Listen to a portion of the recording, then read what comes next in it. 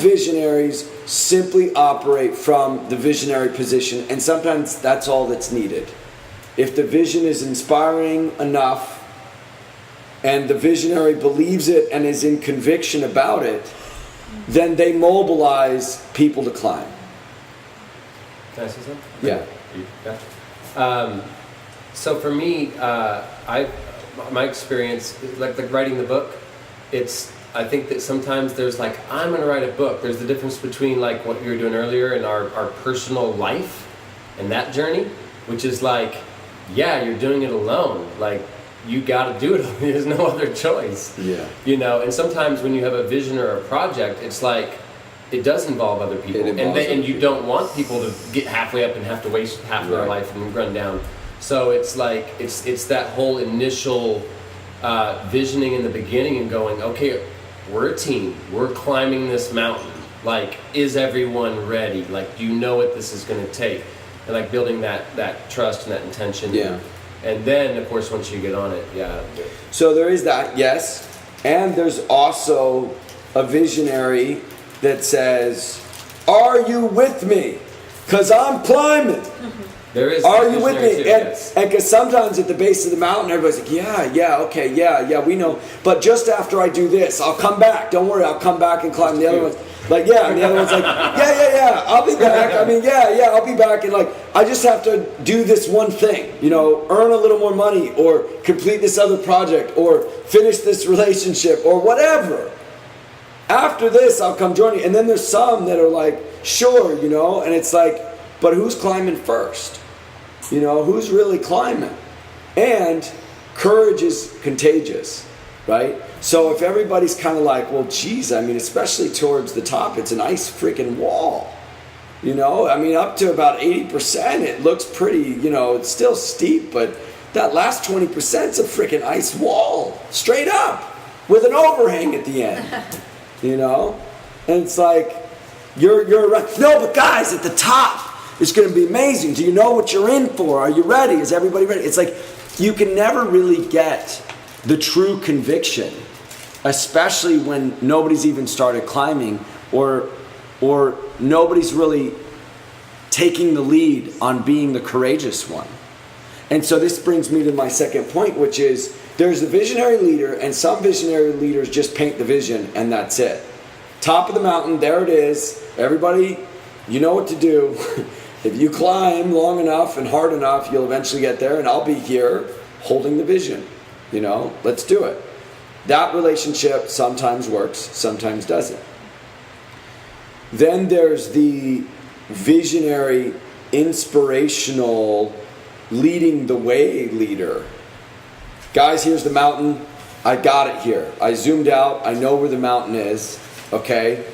You're just all standing around the base. I mean, I've been sharing with you what the top of this mountain looks like, and we still haven't been able to connect. Like, maybe some of you have climbed up and down the base a few times, but that's not going to get us where we need to be. So, guys, I'm going to start moving on this. All right? And are you with me? And someone, yeah, okay, after I do this, all right, well, after you do that, I'm probably going to be so far up the mountain, you're not even going to be able to see me anymore. So you go do that, and I'm going to start climbing. Well, and then you start creating a sense of urgency. You mean you're going to climb without me? Yes. I know where we're going. I know where I want to go. I'm done waiting. You got to fill up your water first. Fill up your damn water. I'm climbing. Let's go. And so the visionary leader that can actually start breaking it down from just being fuzzy mountain syndrome type of climb, and you've got like any fuzzy mountain syndrome visionary leader has had somebody incredibly powerful to take that step or break it down in order to make it happen. So it was almost like, if we're looking in terms of a global scale, it was like the philosopher wrote the book on what the world could be like if, it was or what governments could be like, whatever, like this fantasizing visionary, right? Fuzzy mountain syndrome philosopher. Okay, and I'm not saying that it could have gotten done without them. I'm saying that it was very vital. I'm just saying that sometimes it could take a long time. Like, that might have been penned hundreds of years ago, and then somebody else came along and goes, hey, that's a pretty neat philosophy. And then that person was the one that was like, all right, we've got to actually execute on this. So you could look at the fuzzy mountain definer as the philosopher, the visionary, okay? But their job is relatively easy compared to the ones that actually do the climb, if you think about it, right? But where does contribution go? It goes to both, obviously. So there's not like, we're not saying one without the other, we're saying it comes together. Now, let's say you're a little impatient, all right? You've got both the philosophy and the vision, and you want to see it happen in your lifetime, okay? Then you've got to step it up. You've got to go from being the fuzzy mountain visionary to being the climber as well. And the climber breaks things down and prepares and is willing to climb, in some cases, with less than what they might have waited longer for and never gotten. They might have to start climbing with less than what they might actually need when they start getting to the difficult climb, trusting that it's going to come. Go on faith, hope there's more water. Go on faith and hope that people are going to start bringing the water, and that people are going to start, that people will bring the resources you need to get. So you're literally looking at that ice wall and overhanging going, I don't have crampons, I don't have an ice pickaxe, I don't have any of that stuff that I'm going to need to climb on it, but I trust that those resources will show up when we get to that part of the climb. Because sometimes to do what you need to do to scale, you need to have free hands. You might need to have less gear. You might need to do it lighter. So you're like, I'm going to be doing certain things along the way to build bridges and create rope lines and everything, so that the person that does have the ice pickaxes and everything else, they'll have a much easier time, but then we'll need them to catch up and get there when we get there. And we will never get there if we aren't getting there. So there's a lot involved here, because we're not just talking about a responsible climb. We're talking about a halfway insane, irrational, unrealistic in some ways climb. Because realistic would say, before we do anything, we must have everything. That's what a realistic, conservative, before we do anything, we must have everything we need. And I have worked with those kind of planners, and they have driven me nuts. Before we do anything, we must have everything. Well, so what does that mean? Before we do anything, we must have everything. What does that mean? What are we doing in the meantime? Waiting. What are we waiting for? We're waiting for everything. What do you mean we're waiting for everything? What if everything doesn't show up? Well, we wait. We might wait our entire lives. That's right. We'll wait our entire lives, and then we'll do it. But wait, we might die. Well, we might die if we do something before we have everything. Yes, but if we start doing something, we might get the everything. But that's crazy. Everything might die before we even take a step. So indeed, but this is the thing that over planners get locked into. They believe they're doing the responsible conservative thing by not starting the climb. And they believe that by waiting, they're not making the choice. But they are making a choice. They're making a choice to not climb. So you're actually already in not climbing mode by not making the choice. And like, there's also that defining the vision part, where it's like getting the inspiration in the very beginning for everyone to go. And then there's climbing. Yeah, well, climbing, you're right. The thing is, we're already presupposing that the visionary, and this is very important, this is incredibly important, and it's very important we don't overlook this. The visionary has to define the vision. If the visionary doesn't have a crystal clear vision of what it's like to summit, of what it's like to be there, of what they're really trying to ultimately do, then the inspiration may fall short of even attempting the climb. So it's incredibly important to be able to communicate, present, articulate, and ultimately represent what it's all for. Why are we doing this? If you fail at articulating that in a way that people go, wow, really?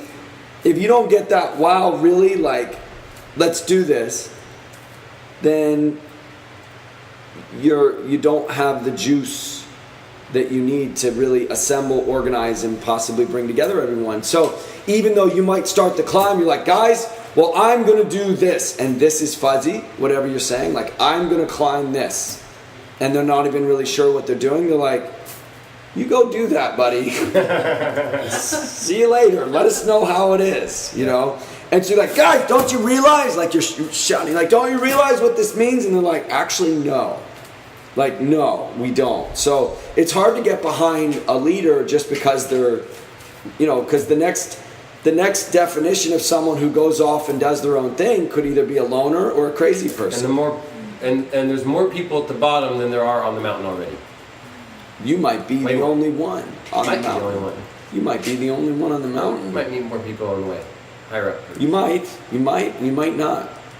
I mean, and then you have to be really bold and courageous. But the only reason why people will follow you is because they believe in what you're doing. And the only way they believe in what you're doing is if they have a reason to believe. And the only reason why they have a reason is because you gave them plenty of reasons. And reasons aren't just verbally communicated. Reasons are also who you are, what you represent. Because when you show up being that person that they might want to be like or around or with, just by virtue of you going in that direction, they say, he must have a good reason, or she must have a good reason. And you're the reason. But if you can do everything and be the example and be the reason and have articulated a vision of where you're going, you've got everything. They've got the reason of where you're going and why you're going there, and they also have you as the reason. And they're like, I got all the reason I need. You know, you've seen those movies where the hero is about to begin the journey and he's like, maybe it's not even really defined. It's just like, we've got this villain and we've got to go take it out. And they're like, I am with you. It's like, I will go to the death with you. And it's like, you didn't define anything other than there's this villain we don't even know. Like, it just makes these strange noises and we got to go take it out. Like, it's taking our sheep or whatever. Like, we got to go on this mission. I am with you. If you go, I go. No, you must stay behind. I will not stay behind. So you have this conviction, right? And that's it. So that sets up the journey, right? That's the hero's journey. And then in this three-dimensional world, beyond just, you know, grabbing your sword and rushing up the mountain to your doom, possibly, if you don't have things organized right, there's a preparation, there's an organization, there's an execution, there's a process. And we have learned that there are processes for organizing projects and planning projects and executing right down to the individual next step task level. So if we have that available, it might seem heroic and courageous to, like, you know, rush up the mountain, but without doing even a little planning or preparation, all those stories of the people that rushed up the mountain and froze to death or fell off the other side, you don't hear about because they never come back to tell it. You know, they literally just rush to their death and they're gone, and they don't tell the story of their victory or what it was like on the top of the mountain or anything because they're gone. So there is a courageousness that is also foolish. So there's a fine line between a courage that is bold, that is admirable, that is inspired, and that accomplishes something, and a courage that just leads to doom and everybody who follows is foolish. Right? So that's where a little bit of preparation, planning, and having your water filled up becomes vitally important. Yeah. So let's talk about that now. So we set up the visual behind all of this. Let's talk about that. So the first tool that I like to use, even before the tool, like a software tool or something that I use, is imagination. It's literally visualizing where it is that you're going, why you're going there. It's using your mind as the first tool. So envisioning and visualizing where you really want to go. What is a level 10? I always use level 10 is such a great visualizing tool because